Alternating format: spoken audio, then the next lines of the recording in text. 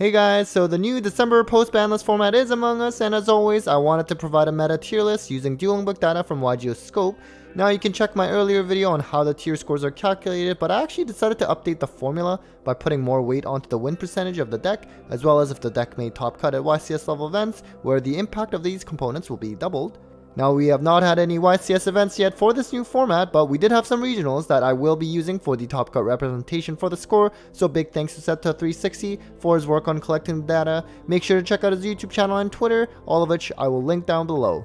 As I always mention, YGO Scope does not capture every deck, and some of the notable decks that it cannot identify include Naturia, Exo Sisters, Kashtira, Crystal Beast, Labyrinth, and Dinomorphia, among other decks. So these decks will not make it to the tier list, which is unfortunate since aside from maybe Dinomorphia, these other decks are strong counters to Tearlaments right now and definitely have a place in the current meta.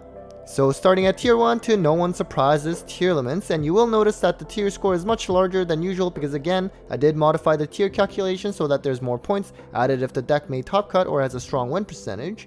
You see that Tears were the most run deck on Dueling Book and had an insane 64% match win percentage in the last 7 days and made up most of the regionals top cut post December ban list.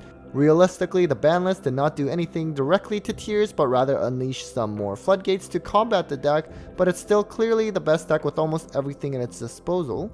Next is Spright, which while it's not at the same level as Tearlaments anymore, it's still a good deck and has been doing really well on Dueling Book with an equally insane 63% match win percentage.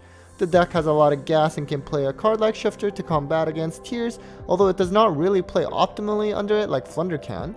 A deck that can play a lot of hand traps as well, and let's not forget that Improm Revealer are still very strong against Kit Kalos.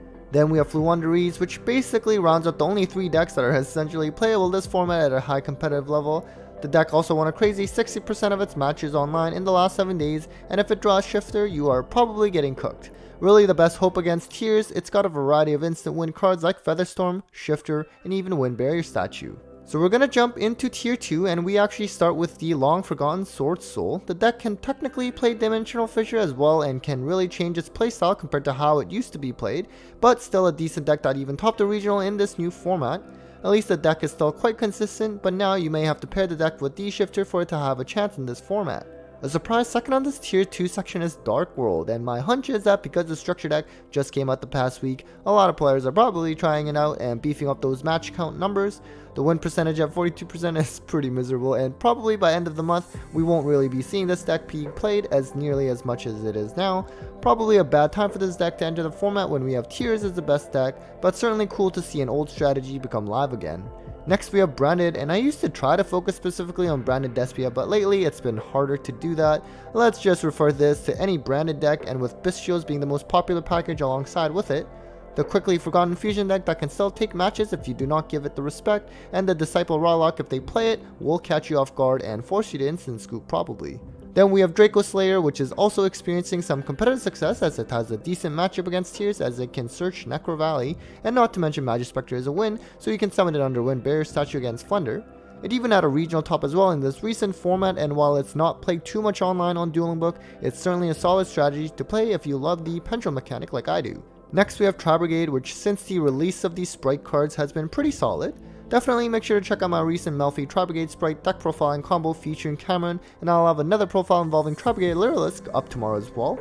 Speaking of that variant, they recently got Recital Starling to 2 in the recent ban list, and the deck can search DD Crows, which just happens to be really great against Tears, so it's a solid strategy. Then we have Dragon Link, which has definitely fallen off since the beginning of last month, where people expected this deck to have a lot more potential thanks to the Bestial cards. Still a solid deck of course, and does require a big brain to pilot it well, and knowing Konami, they will always release strong Dragon support, so the deck will probably become tier 1 again at some point in the future.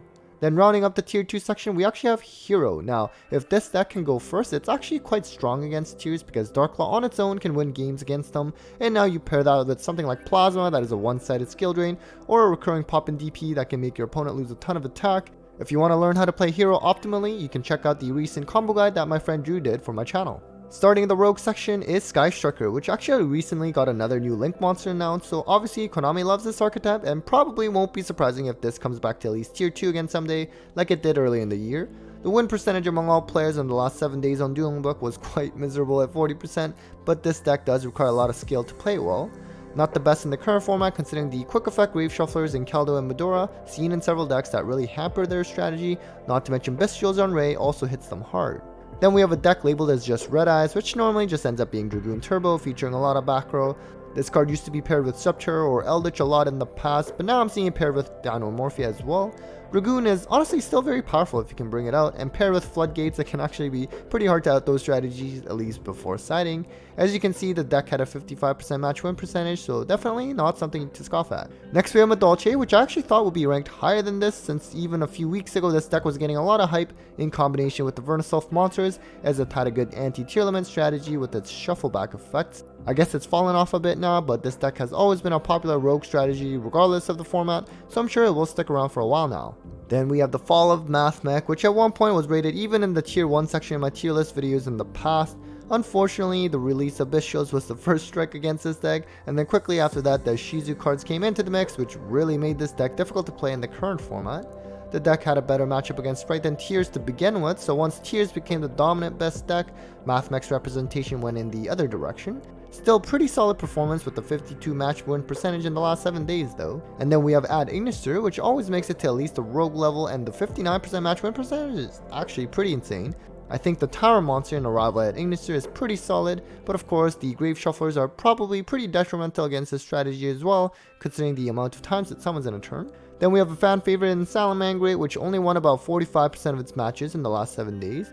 Another victim of the Shizu cards really destroying this deck strategy, as you're just going to get your Jack Jagger or Foxy or your Trap Shuffle back when you try to bring them back. At least the deck can make Baguska or Dweller pretty easily, but definitely better rogue options out there in the current format, since this deck just absolutely cannot play Shifter.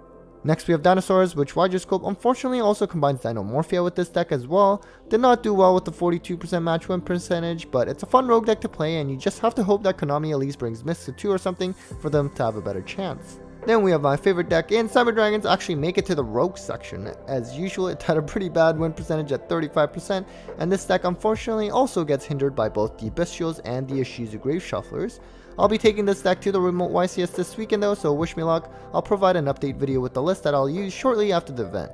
And finally, in the other section, we start with the good old reliable Altergeist. Definitely not the strong rogue option it once was, but at least Red Reboot is banned now, so trap decks have a better chance.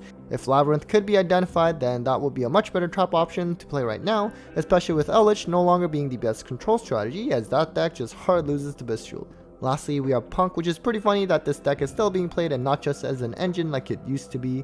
There's someone in my locals actually that runs pure Punk, and it can summon out Arch Nemesis Escados, which will basically prevent you from summoning a monster with whatever type they declare until the end of your turn, which is actually deceptively strong, and you cannot do much about it.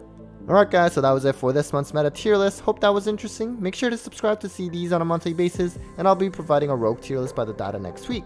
As always, a big thanks to my Patreons, Eileen Dice Queen, Bolt Spider, Cybernetic, Brandon Jiren, Bear Lord, Spooky Boogie, Stephen Phillips, and Chaz Blanks, as always, for supporting the channel. I really appreciate it. If you're interested in joining my Patreon, link down below. Take care, guys.